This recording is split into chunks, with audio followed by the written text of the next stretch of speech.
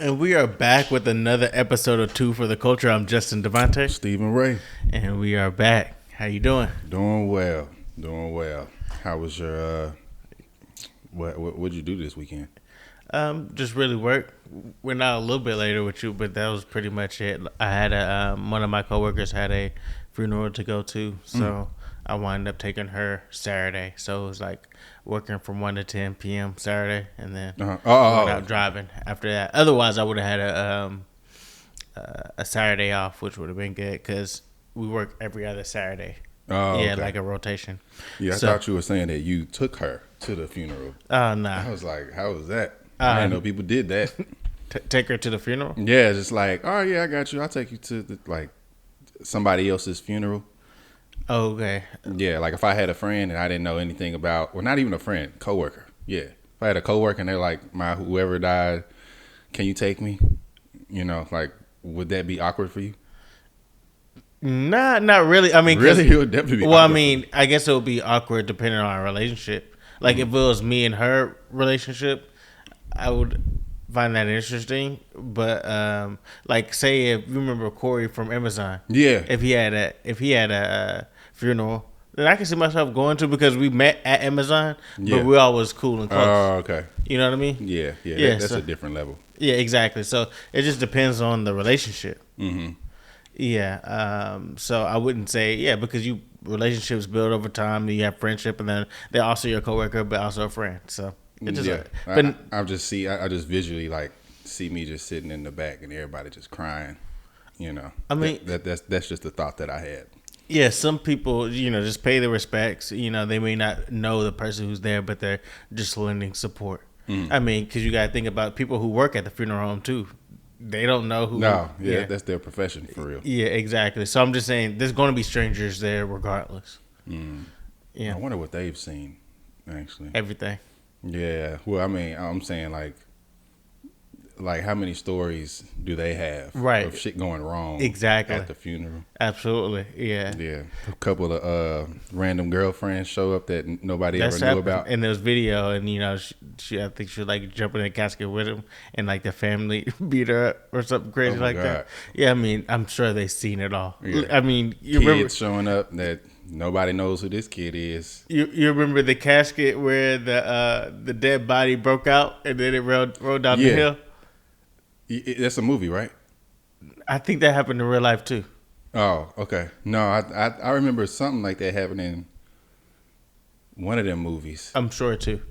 Yeah. Chris Rock. Yeah, that's why I feel like, but I'm not sure. What the fuck is that movie called? Yeah. Cedric the Entertainer, I think he's in it. Mm-hmm. Yeah. But yes, I'm just saying.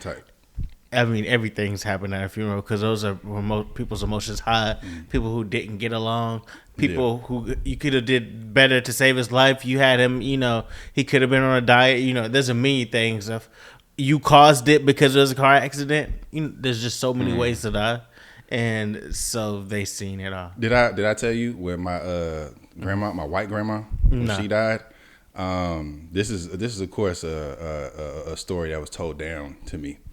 But one aunt or like one side of the family, we never really talked to them.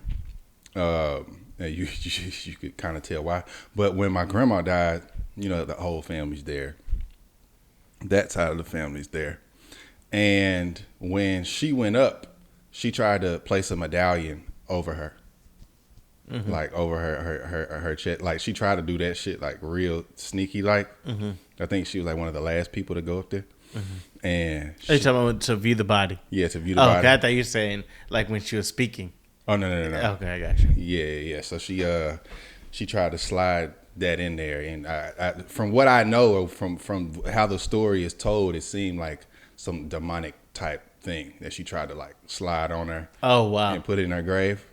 Yeah, before she went down, and then either my dad or somebody else like took the shit and got rid of it. Oh, like they closed the casket. That's why. So when you talk about the demonic thing, she was like wishing evil on this one. I don't know. Because I was. It was 2008. Okay, so this wasn't that long ago. I mean, now it kind of is. I mean, 2008, you was 16. Almost 20 years ago. Yeah. Okay. It's not like you was 7. You know what I mean? Yeah. Yeah. So, but again, like I didn't visually see it, but somebody in the family told me. Oh, okay. So it was like somebody told something. So I don't know the full story of it. I got you. But she definitely tried to slide some shit in there. So crazy things must happen during during the funeral. I feel like if everybody was black, that would have been a different turnout. Somebody trying to slide some shit like that on Granny. Yeah, I've been to a funeral that my mom was a guy he used to talk to. His former stepson killed him. Yeah. This was back in college. Yeah. So that was a wild time. Oh my God. I know. So you got to think about like the ex-wife wanting to see, maybe her ex-husband. Maybe I can't remember the details. I don't think she showed up for the funeral, but nonetheless, if that's the case, where that could happen, like your son killed and you're here, you know what I mean? That could have been crazy. Yeah.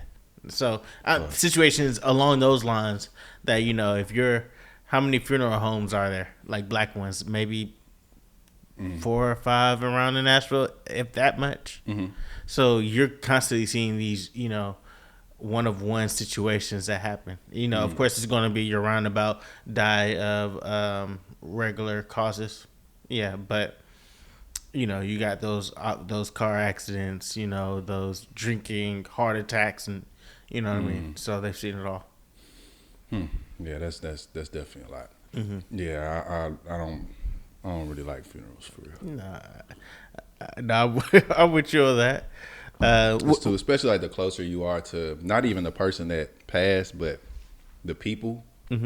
There, I remember going to one of my exes. Her grandmother passed, and it was just seeing people that you like love and all that just completely break the fuck down. Like you could see a part of them like leaving themselves, or like there's an emptiness now. That's kind of tough to look at. Definitely the ones that are gone too soon. Like when my Essie, who's my great grandmother, when she passed, those were one of those situations to where she lived a full life. Like she was 88, 90, something like that. Yeah, so she's lived a full life. So that one I didn't really break down from but it's just those situations where you don't see it coming. And those are just the toughest ones. Yeah, obviously. Yeah, I think. But yeah, so Christmas is this week. Yeah. What's the plan? Really nothing for me this time. Yeah, I'm gonna just be here. In Nashville. Kaya's gonna spend Christmas with her family. I mean, her immediate, whatever you call it, like her mother's side. Yeah. So she's spending Christmas with them, and then I'll get her after that and take her. There's a couple of things that I wanted to do. There's this place at the Gaylord. With the Christmas lights? Yeah, the Christmas stuff. The kids can get on these ice slides and stuff like that. So I'll probably take her there. You may have to get a ticket beforehand. Yeah. Okay, you already. Okay, cool. So, yeah, I think that runs till like the 1st or 2nd of January. But yeah, that's pretty much my plans. Are they open Christmas Day? I don't know. I ain't really checked. Okay, I was just Christmas Day. Yeah, and because that's when you're having it, or you having a day after after. Okay, Christmas. Okay, I got you. Yeah, she's spending Christmas with her people, and then okay, I thought you saying then I'm getting her later on that night. But you're saying the 26th. Yeah, like 26, 27. Okay, something like that. I got you. But yeah, because I had her for Thanksgiving, like for that whole what was it, like a week or cover that whatever. Took her everywhere, family. That was super dope. How are you with Christmas wrapping? Christmas wrapping, I could be a little better. I could be a little better. I only wrapped one. She got like 5 or so for me. So I do have to tap back into that skill. Is there a Christmas list that she made? She made a Christmas list, and then she ran out of space on her iPad. So like I told her, just take a picture and send it to me. And then she's like, I don't have any space. I can't do it. I'm like, well, what do you want? And she only said like 2 things. Okay. So she was like, yeah, LOL dolls and something else, maybe some shoes or something. Okay. So I just got like a bunch of those. I got you. Yeah. So she definitely gonna be happy. It's dope. I'm pretty. She gonna be excited. Outside of that, are you giving anybody else Christmas a gift? Nah, not that. Okay. Yeah, I really should get better at that. I really should change that mentality in my mind, because I feel like after being a teenager, just my whole family stopped doing gifts for real. Mm-hmm. Like any day, like birthdays, this, that. Like it's usually just, hey, happy birthday or Merry Christmas. That's it. Mm-hmm. So I'm used to that now, and I don't realize it till somebody else says something about them. And they're like, yeah, I got my dad this, and I got and I'm like, oh shit, yeah, I should still do that, or it does feel like I can put more effort into that, and I don't even realize, I didn't even think about it now until right now that we're talking about it, because I'm like, no, this is about Kaya, this is Christmas, and yeah, so I definitely should get better with that. No, do you be getting your family stuff? Yeah, well, my granny wants money. Yeah, she wants money. Yeah, so she'll get that, and then my mom, I'll give her something as well, and then your little sisters, I'll probably give them some money too. But that's kind of really the extent of how I go. Yeah, I don't. Yeah, like my dad, he gets too much from me year round. I do not feel bad about getting it, because not only that he's not giving me anything, and that's totally okay, but two is I get him stuff. He asks for favors constantly, so there's no need for me to have something set planned for him. Yeah, right. So, yeah, I do my part, and then a part of me, I'm glad I don't get as much gifts, because then I'll feel obligated to get them something as well. Yeah, it's gonna throw me off. Yeah, like if somebody in my family or whatever gets me a gift, I'm gonna be like, oh, we're doing this. Yeah. Oh. Now I gotta figure out how to come up with something from Walgreens real quick. I gotta go sell some dick or something. No, I'm just playing. But no, that's actually hilarious that you said that, because that was a question I wanted to bring up to you. Because the Bonnie Blue, did you hear about the Bonnie Blue situation to where she was like in the Maldives or somewhere out of the country where she's not even from here, but it was like some South Asian country, and then she got arrested because she had like this Bang Bros type of bus. Yeah, and then she was like picking up young men and have sex with them on film and stuff like that. As the story goes, but then she got arrested, and like I think it's like banned to do anything like that in that country, and then you could face up to 10 years. Shit. But that was just a quick synopsis. But my question to you is there any amount of money that you'll pay to be on camera to have sex with a woman? To pay to be on camera? Yeah. Is there like, if someone's like, hey, $1 million, make a one night with Ray. Welcome to Ray's room. A certain amount of money? I don't think so. Okay. So 10 million you can do it. It ain't even about, it's not ever really about the money for me with certain situations. Yeah, usually in my mind, if I say like, would I do this normally? And if the answer is no, then it's just an automatic no. Cause like, what's the difference for me? Like, what you mean? Of my life. Like before then, like I wasn't gonna have that 10 mil anyway, so I still was gonna have to do everything that I'm just trying to make myself feel better. Because I'm now I'm remembering Dave Chappelle sit down. I think it was on Oprah or some shit. And then he was like, "What's the difference between me staying in America and then me leaving to go to Africa for 20 years?" And he was like, and then a dude asked him, it was like, you could have made like 40 million. So like, what's the difference? He said $40 million. So now I'm thinking like, damn, the difference is like 10 million. I don't think I would. Okay, I got you. I don't think usually I'm pretty, I haven't had any crazy situations to where I had to turn down money for something, but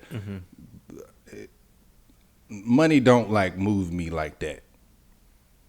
But but it's like on camera, so now like my brand is gonna have that attached to it. Yeah, but you got a $10 million brand. You know. Yeah. Now my brand $10 million, I could just wipe it from the internet. Nah, I'm just saying.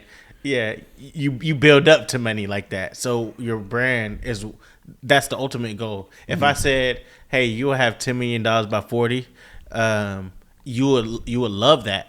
Like, oh, this is what I built my brand up to get to money like that. So if you automatically getting that, who cares about what your brand ultimately stand for? Because that was the money you was trying to get in the first place. If that makes sense. Yeah, the brand. I'm just throwing that out there, but I do agree with you. Yeah. Is that it's like my reputation, my family, the people, church members I go with. Yeah. I did this for money. But to your point is, what you're saying is, I never had $10 million to begin with, so I don't know what it feels like to have $10 million. It's kind of what it sounded like you were saying. It's just saying I was going to continue whatever path I'm on anyway. So like, I don't know. Like that's it's just kind of uncharted territory to where I don't know what's on the other side of that but I do know where I'm going right now. Like I know where I'm going and what steps I probably got to take and whatever. But that route, I don't know what's going to happen. Like there's no predictability to it. Yeah, like tomorrow I could be all over the internet with this thing, and then they give you $10 million, you better be all over the internet. And then just blow up that kind of way. I don't. I got Ray in my name, but I ain't like Ray J for real. I got you. Right. Yeah, like he they cold for that shit. I ain't gonna lie. Kim K and all them, but they were rich enough to where they could like maneuver. You know what I'm saying? But I don't think I would. Would you for a certain amount of money? Yeah, that's what I was saying. No, I agree. I wouldn't, because $100 million. $100 million. No, I wouldn't do it. Yeah. And it wouldn't really be. I think it would be a quick no, too. Yeah. Because I remember you remember. I told you about the time to where the lady gave me her debit card when I was Uber driving. Like, how much is it gonna pay to stop? So that didn't come with a camera. And I was like, nah. If I was to say 300, she's like, yeah. You know what I mean? Like, that's like no type of bounce back on me. Like, nobody has to know that. You see what I'm saying? Yeah. So if I didn't do it for something that, one, ultimately, she was cute enough to where I would have did it for free. And not like, nah, I'm cool. So I wouldn't do it for, hey, this is damage to my reputation. Yeah. And, at the end of the $100 million is a lot of money. Don't get me wrong. But, I know how I am already, and the actions and the mistakes that I have that eats me up. I can only imagine this whole thing that, all over the internet and will be for the rest of my life, how that would do to me. And what I was willing to morally change my values for money. Yeah. And it would be hard to live with myself in that way. Yeah, every time you spend, it's like it could be this dopamine hit, but also like this what's it called, bittersweet moment every time I swipe my card type shit. Right. I would have felt like somewhat. I imagine, of course, nobody's throwing $100 million. Oh yeah, right. So I just want to always be like, humbly say, I don't know exactly, but most likely, that $100 million, I would feel like, hey, what's the word I'm looking like? One, I'm definitely just morally corrupt. But I would have definitely felt like I would have cheated myself. Yeah. Like, no, sold my soul is really what ultimately what I would feel like I would have done. Like on some spiritual type shit. Yeah, exactly. But yeah. So no, that was actually. You said what? 100 million is crazy. Oh yeah, 100 million is stupid. You would change your mind at the 100 million. I don't think I would. I got you. Yeah, I don't think I would. Yeah, because correct me if I'm wrong, you very much want a rich lifestyle. Yeah. Okay. Yeah. Yes. And that's not ultimately what I see myself. Like, I would love to have the money as a rich man would, but I don't see myself like having a rich lifestyle. Yeah, because you like, how big you want a mansion? The house thing always kind of gets to me, but like, how many cars? I ain't really tripping off that. Okay. Yeah, I like Jewelry? a few couple cars. If I have jewelry, it wouldn't be no big ass chain. What It'd just about, be like like, a nice little watch? tennis bracelet. Watches. Yeah, I'll just have like certain. I'll have certain nice things, but I think my thing is Designer? more so is what Designer? what Designer clothes? designer clothes. I mean, Designer's back? sure, some things, but not like a big ass LV or Yeah, I got like you. hey, I'm rich. Yeah, like, yeah. those big ass logos and shit. I don't care for that. I got you. But if it's nice clothes and this shit feels nice, yeah, Yeah, but they don't have to have like the Givenchy. big as fuck. Like Yeah. I have money. Like, Yeah, I got you. I never was a fan of that. I got you. Yeah, like less logos. So you more possible. like, hey, I want a housekeeper in my house, a driver type of thing, but it doesn't have to be crazy. Yeah, it don't even got to be crazy. I don't Like even. a chef? I'd like a chef. That'd be dope. That'd be dope. Yeah, I'm not like a super flashy person, but I do like nice things. I think the main thing for me is just simply freedom. Like, I just want to be financially free. I got you. Yeah. So whenever if I wake up and I do want a Porsche or whatever, I could just get it. But I'm not the person that's gonna be like, okay, I got the Porsche in red. I need the Lambo in red. I need the this in red. I ain't like that. Do you picture a wife? Do I picture a wife? Yeah. Like, or do you like? Is it more of a bachelor lifestyle that you see yourself in? Like when you envision the future as a woman next to you? I guess it's kind of blurry now. It is a little blurry now. It used to be really concrete. Like, boom, wife, kids. I still had this vision in my head of how I would love to Christmas Day, the kids. We got like maybe a 2-story house or whatever, and then they coming down the stairs, the dog coming down, everybody goes to the tree. And that whole thing, I do love that. Everybody got matching pajamas, like the family thing. I do love that. It is kind of getting harder for me to envision it if I were to tell the truth. Like, What is that? I don't know. It's just like Are you getting a little less optimistic on? slick. Okay. I don't know why though. I'm not really sure why.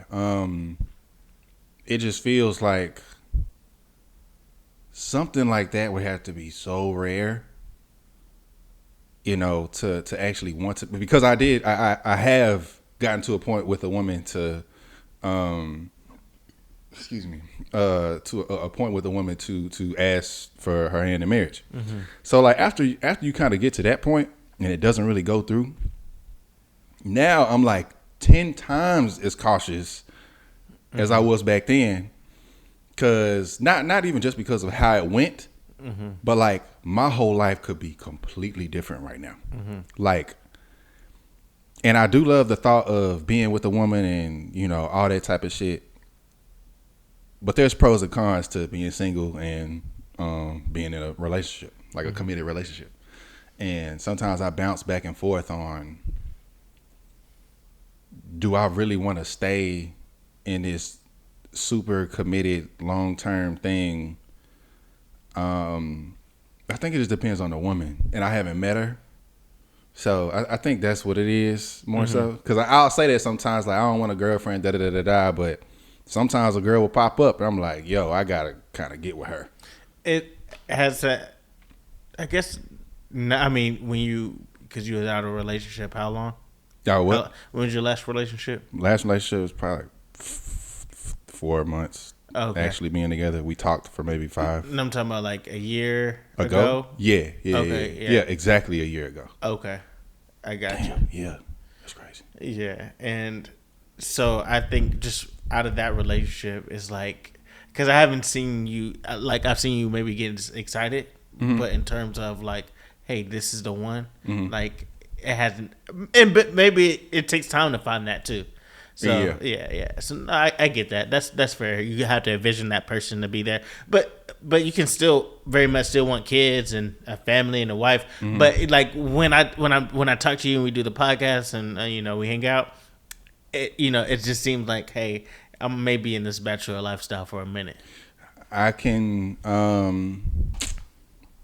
it's really just meeting the girl.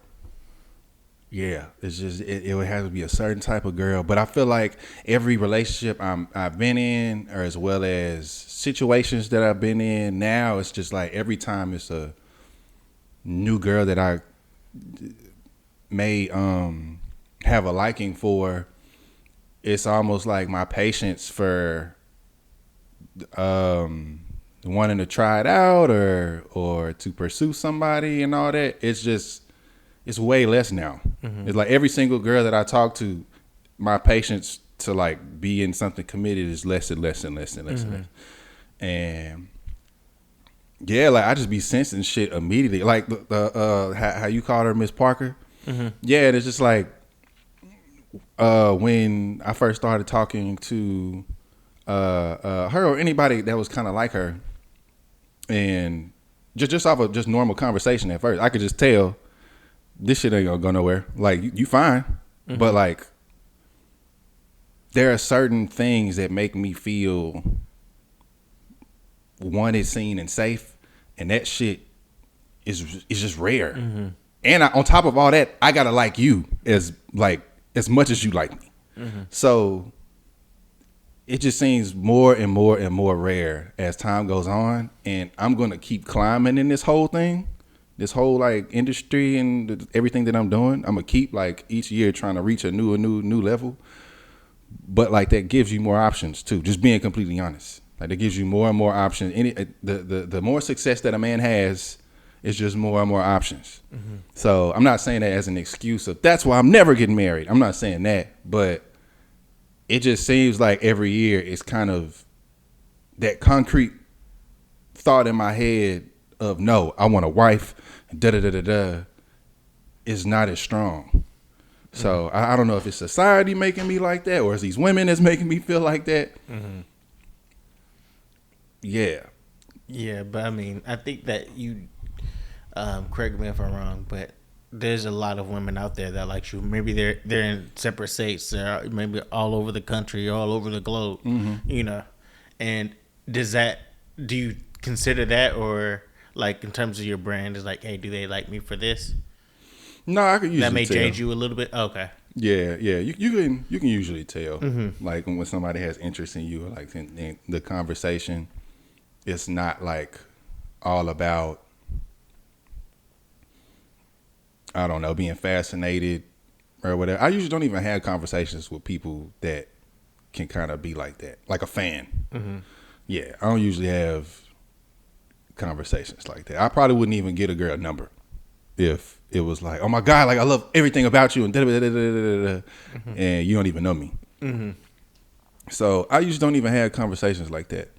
But yeah, it does kind of make me sad a little bit that I'm not as strong on the, or not as concrete with my answer of no, for sure, for a fact, I want a wife and I do want it in my soul. Mm-hmm. I could feel that shit when it's just the four walls, and then shit when the silence is loud. It's like, damn, I really would love to have somebody here, and not just somebody, but like somebody who loves me. Like, in your last relationship, did you have deep conversations? Yeah, we did. It wasn't. I don't know. Like that relationship kind of went by quick. Okay, let me ask a more specific question. Did you have conversations about insecurities that you have within yourself? Yeah. Okay. Yeah. No, I definitely to was. her. Okay. Yeah, I would have to get to that point to really open up and like somebody. Mm-hmm. That's why I say it's rare for me to even feel like I can be with a person for real. Cause that vulnerability, that's like a whole different. That's when I can tell. I can tell when I'm in love with somebody when I feel super vulnerable, and then when shit start to make me mad that don't use, like I wouldn't care. I got you. Yeah. Right. It's like, damn, she said she was gonna text me back 2 hours ago. The fuck? And I'm like, why do I? Then I'll check my. Wait a minute. why? How did I even get here? Right. Like, yeah, a couple of weeks ago, I didn't even care. Right. Now I'm like, bro, bitch, where you at? Yeah. Right. Your clothes are folded at my house. Yeah. Nah. But what about you about the wife thing? Like, you just dead set. You could just see it perfectly still. I see me being married for sure. Uh-huh. Yeah. I'm not actively like seeking, but that's something I do want. I do want kids. I do want to have a future and build with somebody. And ultimately, what I'm really looking for is somebody that is genuinely interested in me. Like, they're asking questions about my family ancestry, me growing up, just wanting the intrigue of getting to know me. And then, of course, my best interest considers me and respectful and kind and everything else. If I have that personality trait from her, then everything else we can kind of build together. Because, of course, we're going to be not patient, and there's going to be some things that we're going to be selfish about. And but if that foundation is built, like, hey, she's kind, she's a great conversationalist, she's smart, everything else is kind of builds around that, and that's sets for same strong Christian values. Then but of course she also has to be attracted to me. Now for some reason I'm just giving the character trait of what I would like to see. And I don't know if that's is when you hear that, I feel like I'm making it sound simple, but do you feel like that's... It's rare. Okay. Super rare. Yeah. And on top of that, it has to be somebody that you know for a fact that you're going to fall in and out of love with this person. I mean, I could be thinking about this pessimistically, but I just feel like if I'm marrying a person, first of all, I got a whole lot of sides to me, or like I have a few different sides to me, and I could be super lovey-dovey. Then I could also like be tired of doing this, and I just want to be to myself. And so I have multiple different sides to me. That means that she's gonna have multiple different sides to her. And if I were to marry somebody, I would have to know off rip that this is a person that I can fall in and out of love with for the rest of my life. So like, that's hard to say. Fall in and out of love with? Yes. What do you mean? As in, like, I just feel like it's human nature, or even from when I speak to older couples and stuff, for the most part, it seems like there's a cycle to it. It's not linear. It's like this cyclical like story of we're attracted to each other. We love each other. Some shit went sour. Now we kind of mad at each other. We're not fucking with each other for a little while. We find the love again. Now we back loving each other. It sounds like that's usually the story of, or the usual story of marriage. I could be wrong, but from the most part of what I have seen, witnessed, and heard about from married couples who've been married for a very, very long time, it seems like it's that type of thing. So it's too many factors for me to feel like if I find a woman and she's like all these traits, there's also the "can I be with you forever" trait, and that's just hard. It sounds to me like your last relationship kind of deterred you from like, hey, it's gonna be tough to find the way I feel about her with somebody else.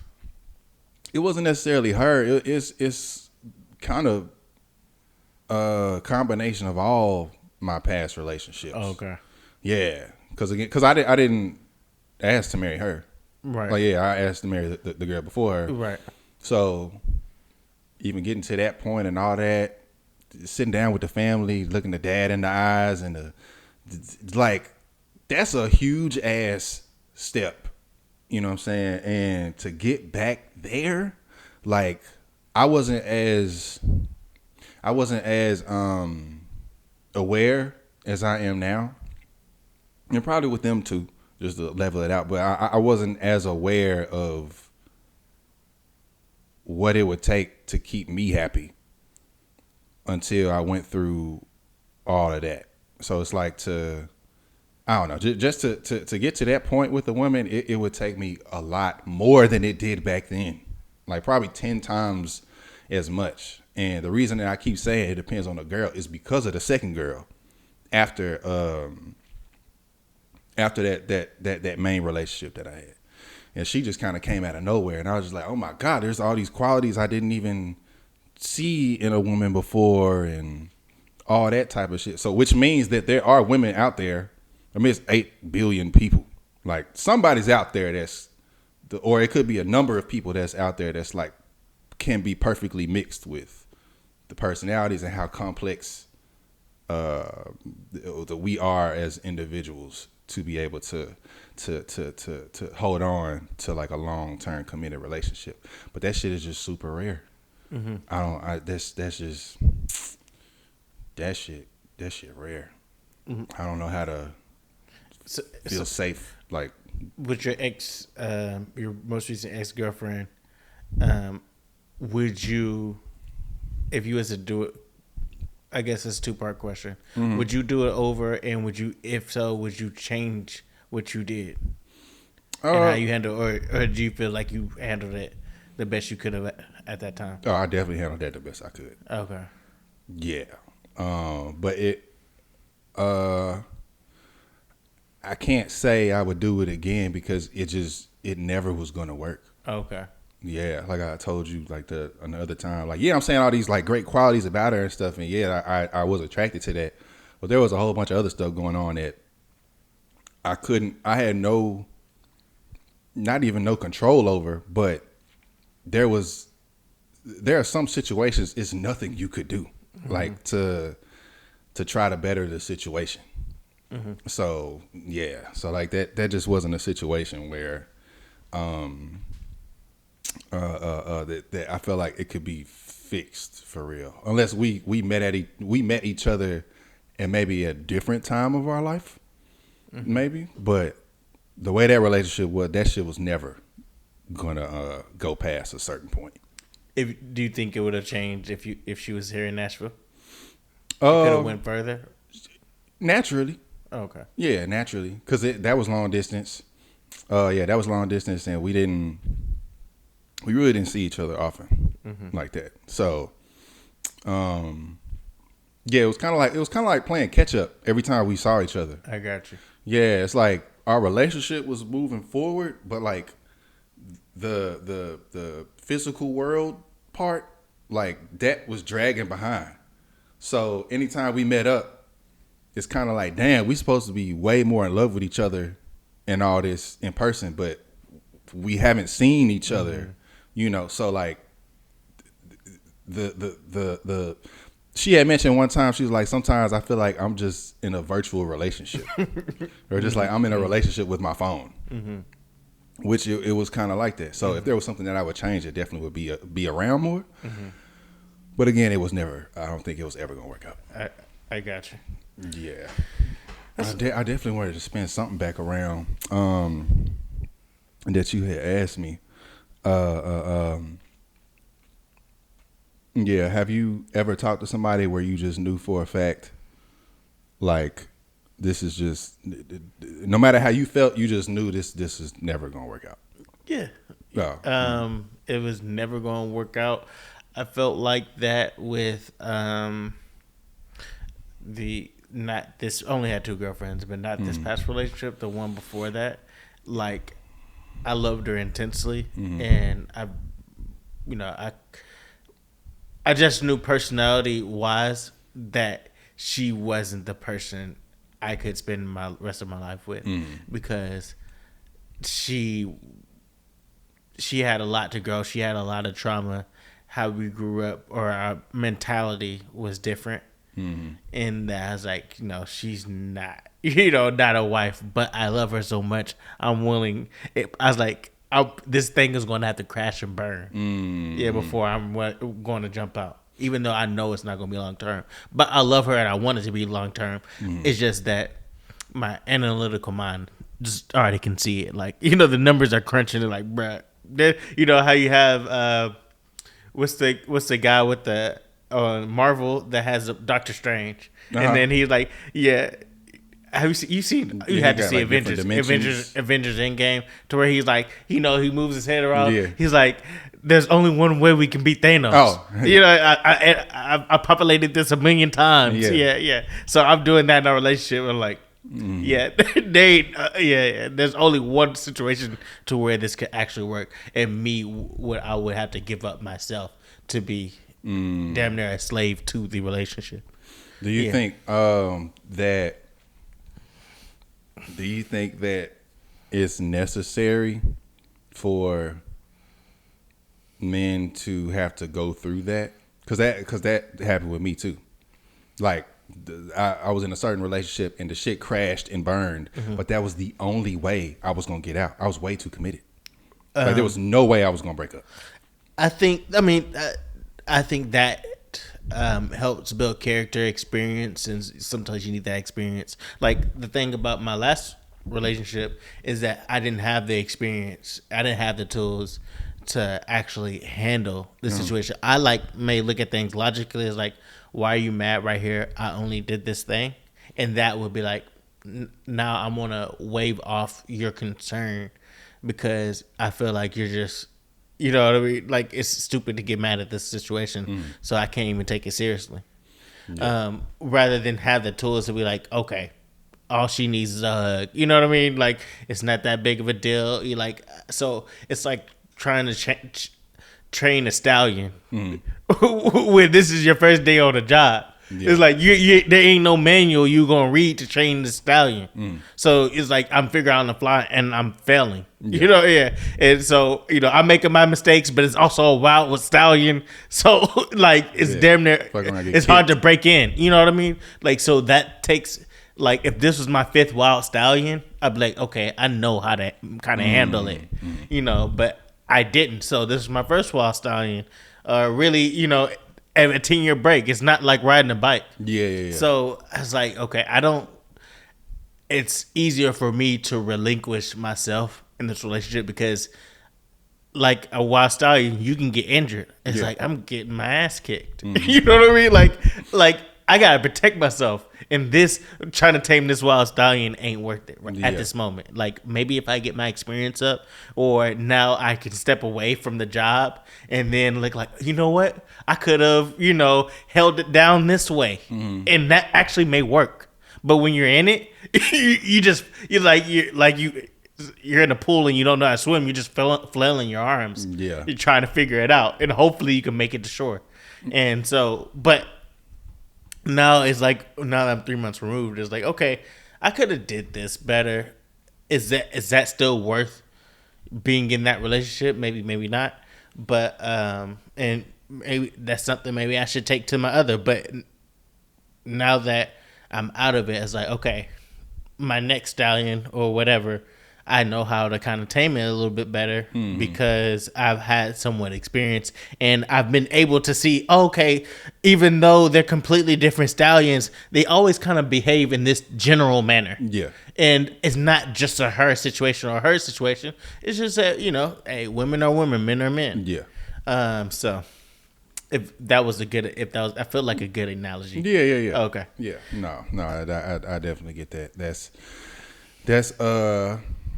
I just remember, and we got another friend. I don't know if his like crashed and burned at the end, but I just be thinking men need to see that or feel that sometimes, and it's like after that happens, then you're hyper aware of when things are kind of going south or when things need to be changed, or this might not be the person for you. They might have all these qualities, but like, you could tell this is going to lead to that eventually. Like, I don't even need to, be around too much, start liking you for real. Right.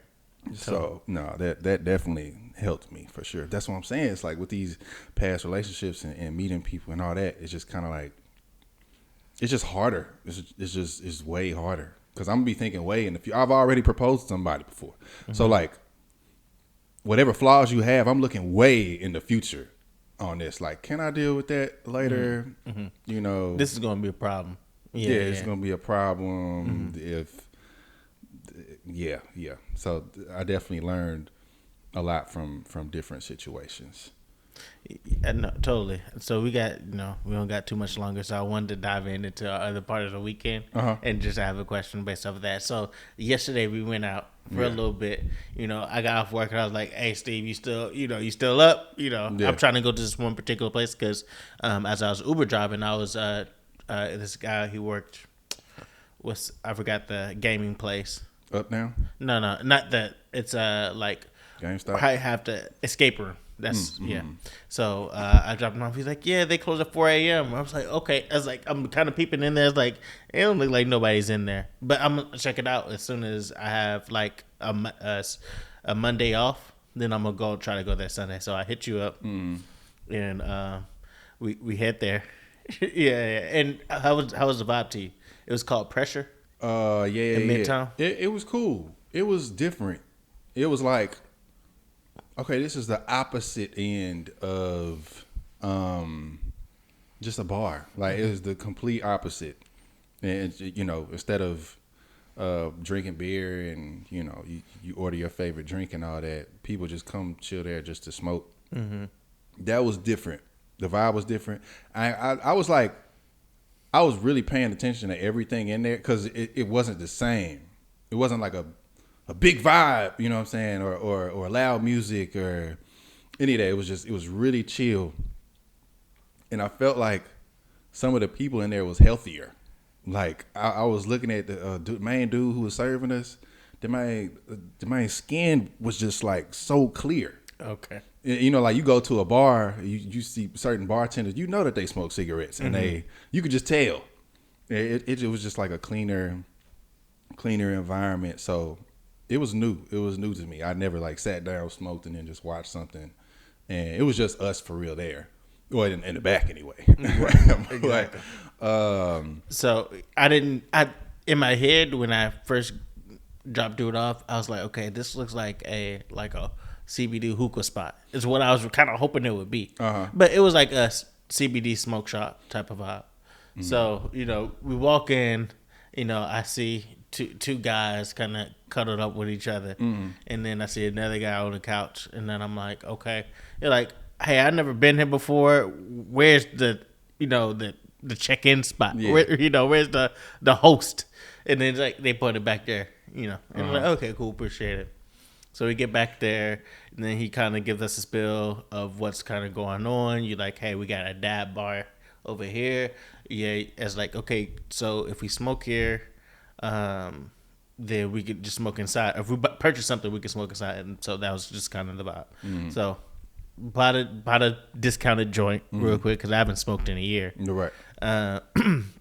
And so smoke was chilling. It was a good vibe. I'm joking. It was... Of course, it didn't take me long to start feeling it. Yeah. Yeah, but I'm like, okay, I'm getting a little tired. You ready to head out? Yeah. So we head out. Mm-hmm. So as I'm walking out, I'm just seeing who's around. So I looked to my right. I looked to my left. One of the gay dudes passed out. Yeah. You know what I mean? Then I looked to my right, and then I see the two gay dudes looking. I just head nod like, all right, peace out. You know what I mean? Yeah. Yeah, just being respectful and nice. Yeah. So we get halfway down in my car. Then when the gay dude opens the door, and then what did he say? He said, "Y'all leaving?" And I was like, "Yeah, we gone for the day." Straight. Yeah. He like, for real? For real? I felt like a bad bitch instantly. Yeah. Oh my God. Yeah. And I was like. Yeah, it's like, no, we tired, you know what I mean? And then, like, it felt obviously awkward, you know what I mean? Then he had that and shut the door. I was like, Dad, okay. like, fuck y'all too. Yeah. You know how niggas be like, yeah, y'all ugly anyway. Yeah. That would have been funny. That would have been funny. Nah, I went to sleep laughing at that shit. Me too. That shit was too fun. We clearly had to be high a little bit because this morning I was like, that shit was way funnier yesterday. Bruh, too funny. Man, that shit was hilarious. And y'all leaving. First of all, the dude who was laying on the couch by himself, how do you flamboyantly take a nap? He was high. What you mean? No. Oh, like, how do you sleep gay? I was like, I thought about it today. I'm like, I could tell that man was gay by the way he was sleeping. Like, how do you? It's probably how he was dressed on top of how he's sleeping too. Probably. Maybe. Yeah. Yeah. I do remember that. I'm like, man, is flamboyantly taking a nap right now. Yeah, and I'm looking like this is 3 too many gay people here. Yeah, why you walked in? Like, focus on what you got in the room. You know what I mean? Like, yeah. So I was crying off of that, but I did have a question based off of that. Have you ever got hit on before? By a gay dude? Yeah. Yeah. Okay, I got you. Yeah. It was more so. I mean, now I'm Reysosilly, so sometimes I'll get messages. Oh yeah. Yeah. Penis pictures. No, I was about to lean into a joke. I'm like, I don't even want to hear myself say that shit. But so you have it? No, I ain't get. No, okay, thank God that's I ain't good. get that. But yeah. Sometimes I will nowadays. Like if I haven't done it in a minute, but like if I worked out hard as fuck for like a month. And then I'll do like a workout picture or some shit on my story. Yeah. And sometimes, sure, yeah, some women would like it or whatever. But then I'll get a message or two. Like, Ray, you so sexy. I'm just like, I appreciate it. Yeah. Do you say that? I appreciate it? No. Okay. I don't reply. I got you. Yeah, but in my head, I'm like, all right, cool. But no, it used to be when I was in college, when I went to U of M. And I stayed, no. Right before college, right before I went to U of M, I worked at McDonald's. And it was the hood gay dudes who don't be giving, they don't care what they saying. They don't care how this shit sound. They just like, what, I'm gay and? What, you know what I'm saying? Like that type of shit. I remember working at McDonald's and then literally like handing niggas bags or before I even take the order. Like, you so cute. And that's awkward. And it's like, what would you like to eat, sir? And it's like, and that's just awkward as fuck. It's a line behind him. You just know that's coming. Yeah. So that would happen sometimes. That would happen. But it was always the super hood gay dudes who don't care. And if you try to challenge them on something, they'll fight. Yeah, like they don't give a fuck about the gay dude that'll beat your ass pretty much. No, but they was ready. I'm sure. I'm like, bro, you gay here? I'm pretty sure he would have swung on me. But nah, I feel yeah. So you're saying you're pretty much kind of numb to it a little bit. It's always a little awkward. Yeah.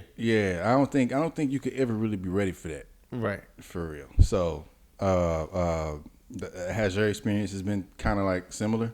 Yeah, I mean, I've been Uber driving for 9 years. Oh, I've seen it all.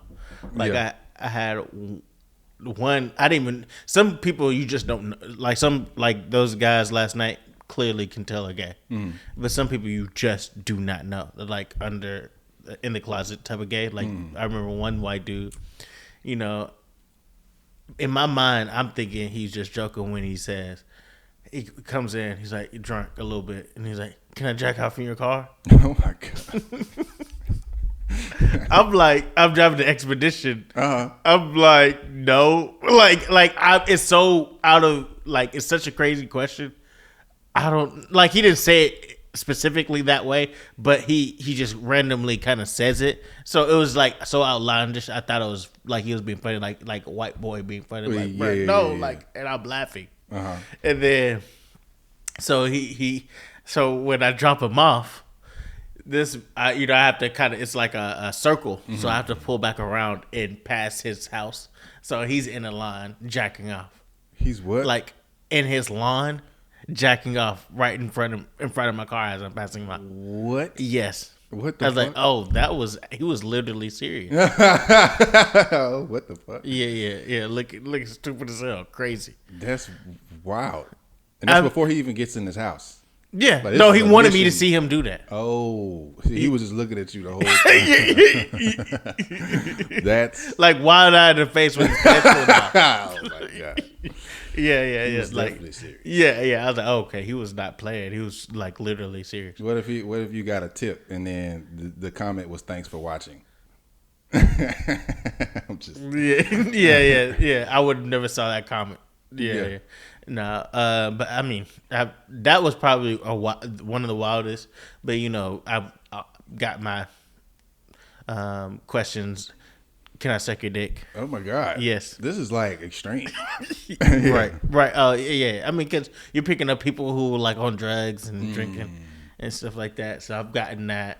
I've gotten like just wild comments. Yeah. No, you surpassed whatever. Yeah. Like some like I can't even say it out loud. You know what I mean? Yeah. Like one dude's like, "Can I ejaculate in your butt?" I was like, "Oh my God!" I put my drink here. I picked him up and some other guys. I had my drink right there. I was like, this man might spike my drink. Oh my God. So I moved it to the other side. Facts. Yeah. What So the fuck? yeah. That's a lot to even be thinking about. Yeah. Tell me about it. No, that's way wilder than I thought you were gonna go with that. Oh no. Yeah. So when he did it, of course it's uncomfortable, but that's not like my first rodeo. Yeah, so that's why I was like, nah, we good, we gone. You know what I mean? Yeah. Nah, they was hella fucked up. I feel like, I don't know. It feels like that was too far, like, to go. Unless they have some ties with the place or something. Maybe so, but that's that. There. It seems like that's the thing because there's chatting up with the guys who work there. Okay. So yeah. Yeah. That's because and they may live around there too because they was knocked out just chilling. But I was, that was a vibe. I was just hoping for more people. I feel like that can be packed at 3 a.m. or something like that. Yeah, when everybody's leaving other bars and places. I can see that. I can see that. Yeah, a nice little chill place to like kind of calm down. I can see that. Yeah, because I was just watching sports and sports like that. The pro athletes look colder than they ever have. You're like, dang, these guys are actually like legitimate professionals. Yeah. Damn, yeah. I was definitely zoned in with whatever game that was. Right. If it was a highlight reel, I'm not really sure. But I think we did it. Yeah. All right. Well, this is Two for the Culture. We'll be back. Yes, sir. Love y'all.